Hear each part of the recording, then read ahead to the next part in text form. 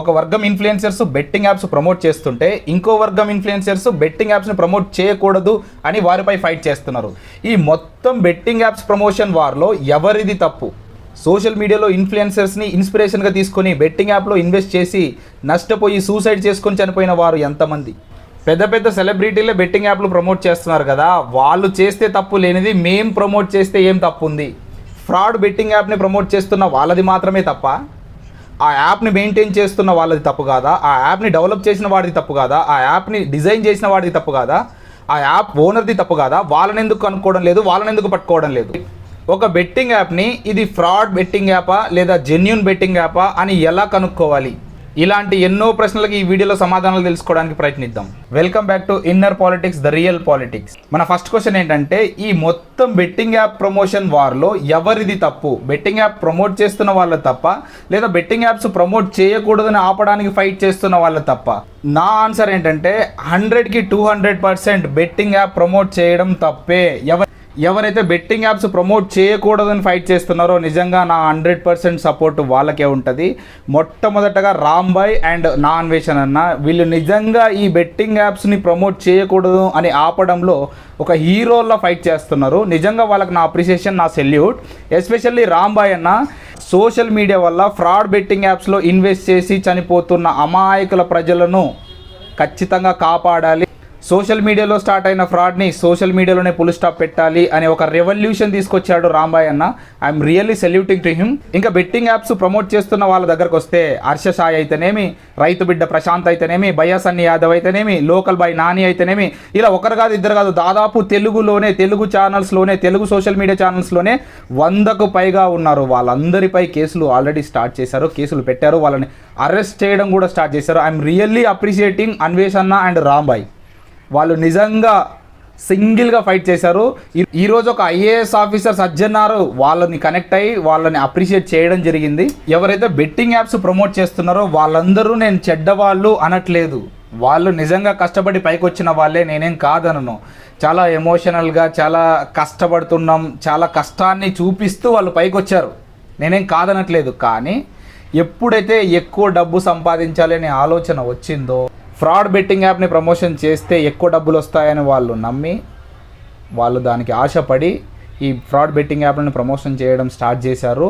మన రెండో క్వశ్చన్ ఏంటంటే, సోషల్ మీడియా ఇన్ఫ్లుయెన్సర్స్ని ఇన్స్పిరేషన్గా తీసుకొని బెట్టింగ్ యాప్లో ఇన్వెస్ట్ చేసి చనిపోయిన వారి సంఖ్య ఎంత అంటే, నేను ఇందాక చెప్పా కదా, సోషల్ మీడియాలో వీళ్ళు కమ్యూనిటీని క్రియేట్ చేసుకోవడానికి చాలా కష్టపడ్డారు. వాళ్ళ కష్టాన్ని చూపిస్తూ వాళ్ళ కమ్యూనిటీని బిల్డ్ చేసుకున్నారు. ఆ కమ్యూనిటీలో ఎవరైతే మెంబర్స్ ఉంటారో, వాళ్ళ ఫాలోవర్స్ అయితేనేమి, వాళ్ళ సబ్స్క్రైబర్స్ అయితేనేమి, వాళ్ళని కంప్లీట్గా నమ్మి సబ్స్క్రైబ్ చేసుకుని ఉంటారు. వాళ్ళని నమ్ముతారు ఖచ్చితంగా. ఇన్ఫ్లుయెన్సర్ని ఖచ్చితంగా ఇన్స్పిరేషన్గా తీసుకుంటారు, వాళ్ళని నమ్ముతారు. ఫర్ ఎగ్జాంపుల్ హర్ష సాయి గారిని తీసుకుంటే, ఆయనకున్న కమ్యూనిటీ ఎలా ఉంటుందంటే, సో ఈయన మంచివాడు, ఈయన పేద ప్రజలకు సర్వీస్ చేస్తున్నాడు, పేద ప్రజలకు డబ్బు డొనేట్ చేస్తున్నాడు అంటే ఖచ్చితంగా ఈయన మంచివాడు అని నమ్మి, ఆయన ఏది చెప్పినా గుడ్డిగా నమ్మి తీసుకుంటారు కూడా. ఇప్పుడు ఫర్ ఎగ్జాంపుల్ ఆయన ఒక యాప్ గురించి చెప్తే ఖచ్చితంగా ఇది నిజమే ఉంటుంది, ఇంత మంచోడు కదా, ఆయన ఫాలోవర్స్ అంతా ఆయన మంచివాడని నమ్మే ఆయన ఫాలో అవుతుంటారు, ఆయన సబ్స్క్రైబ్ చేసుకొని ఉంటారు, ఆయన కంటెంట్ చూస్తుంటారు కూడా. అలాంటప్పుడు ఏమవుతుందంటే, ఆయన ఒక ప్రోడక్ట్ని ప్రమోట్ చేస్తే దాదాపు 70 to 80% పీపుల్ ఆ ప్రోడక్ట్ని తీసుకోవడానికి ఛాన్సెస్ ఉన్నాయి. సో అందువలన అలాంటి పేద ప్రజలు, ఇన్నోసెంట్ ప్రజలు ఇలా యాప్లో ఇన్వెస్ట్ చేసి నష్టపోయి సూసైడ్ చేసుకున్న సందర్భాలు చాలా ఉన్నాయి. మన తెలంగాణ స్టేట్లోనే 2024లో దాదాపు 1000 మందికి పైగా సూసైడ్ చేసుకొని చనిపోయారు, ఇలాంటి ఫ్రాడ్ బెట్టింగ్ యాప్స్లో ఇన్వెస్ట్ చేసి నష్టపోయి. ఎస్, చాలామంది పెద్ద పెద్ద సెలబ్రిటీలు కూడా ఈ బెట్టింగ్ యాప్లను ప్రమోట్ చేస్తున్నారు. వాళ్ళు చేస్తే తప్పు కాదు, మనం చేస్తేనే తప్పు. ఎందుకో నేను చెప్తా వినండి. ఫర్ ఎగ్జాంపుల్ మనం రోహిత్ శర్మని తీసుకుంటే, ఆయన డ్రీమ్ లెవెల్ అనే ఒక యాప్ని ప్రమోట్ చేశాడు, అది కూడా బెట్టింగ్ యాపే. ఆయన ఎందుకు ప్రమోట్ చేస్తున్నాడు ఆ యాప్ని అంటే, రోహిత్ శర్మకి ఒక లీగల్ టీం ఉంటుంది. సో ఆ లీగల్ టీంతో ఈ యాప్ జెన్యూన్ కాదా వెరిఫై చేసుకొని రండి అని ఫస్ట్ ఆయన లీగల్ టీంకి చెప్తాడు. ఆ లీగల్ టీం వెళ్ళి గవర్నమెంట్ ప్రొసీజర్ అంతా చెక్ చేస్తుంది. గవర్నమెంట్ అప్రూవ్ చేసిందా లేదా ఈ యాప్ని లీగల్గా, గూగుల్ అథెంటికేటెడ్ యాప్ అయినా కాదా, ప్లే స్టోర్లో ఈ యాప్ ఉందా లేదా, గూగుల్ ప్లే స్టోర్ దీన్ని అప్రూవ్ చేసిందా, గూగుల్ ప్లే స్టోర్ దీన్ని క్వాలిటీ చెక్ చేసిందా, ఫ్రాడ్ చెక్ చేసిందా, ఇవన్నీ వెరిఫై చేసుకున్న తర్వాతే దాన్ని సెలబ్రిటీలు ప్రమోట్ చేస్తారు. మనం సెలబ్రిటీలు కాదు కదా, మనకేం తెలుసు వాడు యాప్ వాడు డబ్బులు ఇస్తున్నాడు, అది ఫ్రాడ్ అని చెక్ చేయము, అది గూగుల్ అథెంటికేషనా కాదా అని చెక్ చేయము, అది గూగుల్ క్వాలిటీ చెక్ పాస్ అయిందో లేదో చెక్ చేయము, గవర్నమెంట్ ఆఫ్ ఇండియా దాన్ని అప్రూవ్ చేసిందో లేదో కూడా చూడము, డైరెక్ట్గా మనం ప్రమోషన్ చేసేస్తాం. ఎప్పుడైతే యాప్లు ఈ గూగుల్ ప్లే స్టోర్లో లేవో అవన్నీ ఫ్రాడే. ఎవడైతే వచ్చి టెలిగ్రామ్లోకి రండి, టెలిగ్రామ్లో యాప్ లింక్ ఉంది అక్కడ డౌన్లోడ్ చేసుకోండి, ఇన్స్టాల్ చేసుకొని వాడండి అన్నాడంటే అది ఖచ్చితంగా ఫ్రాడ్ యాపే. గూగుల్ ప్లే స్టోర్లో యాప్ ఉందంటే కేసు గూగుల్ మీద కూడా పడుతుంది, అది ఫ్రాడ్ యాప్ అయితే. ఇది నిజం, మీరు చెక్ చేయండి ఒకసారి గూగుల్ పాలసీస్. అందుకే సెలబ్రిటీలు చేస్తే తప్పు కాదు, మనం చేస్తే తప్పు.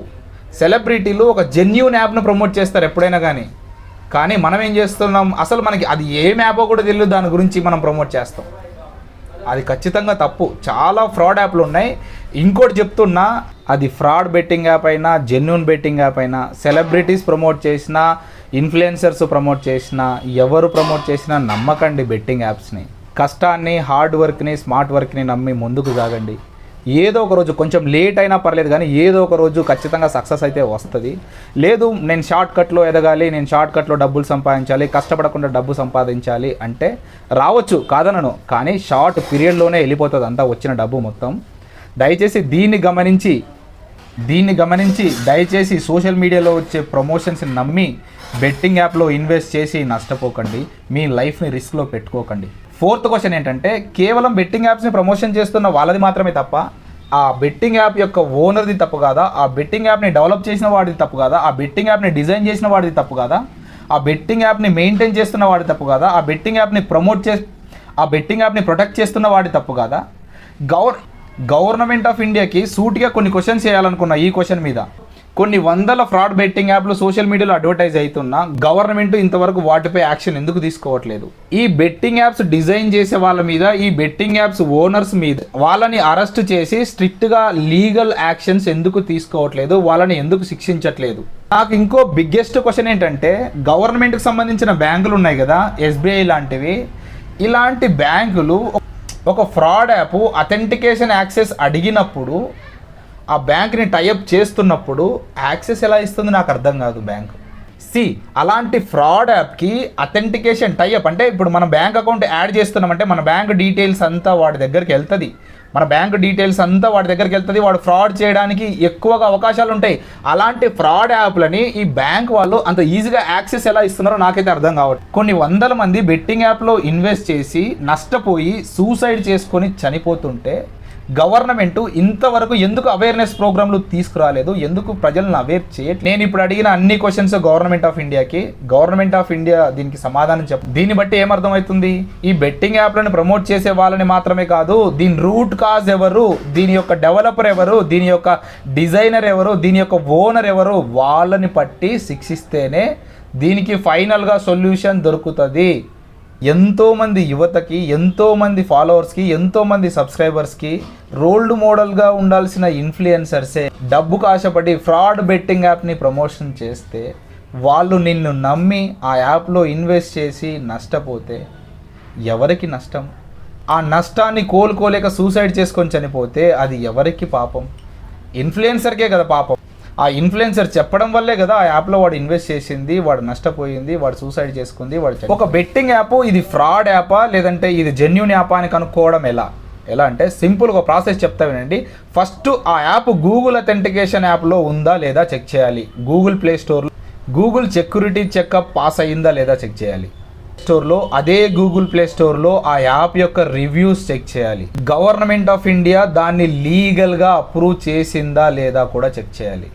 ఇంకా ఫైనల్గా ఆ యాప్ని డెవలప్ చేసిన కంపెనీ ఏది, ఆ యాప్ యొక్క డెవలపర్ ఎవరు, ఆ యాప్ యొక్క ఓనర్ ఎవరు, ఇవన్నీ చెక్ చేసి వాళ్ళు మంచి వాళ్ళేనా కాదా కూడా చెక్ చేయాలి. ఇక్కడ వరకు నా వీడియోలో వచ్చారంటే ఖచ్చితంగా నా కంటెంట్ మీకు నచ్చే ఉంటుంది. దయచేసి ఇలాంటి వీడియోలు సింపుల్గా అనలైజ్ చేసి చెప్పడానికి నేను ఎప్పుడు ప్రయత్నిస్తూనే ఉంటాను.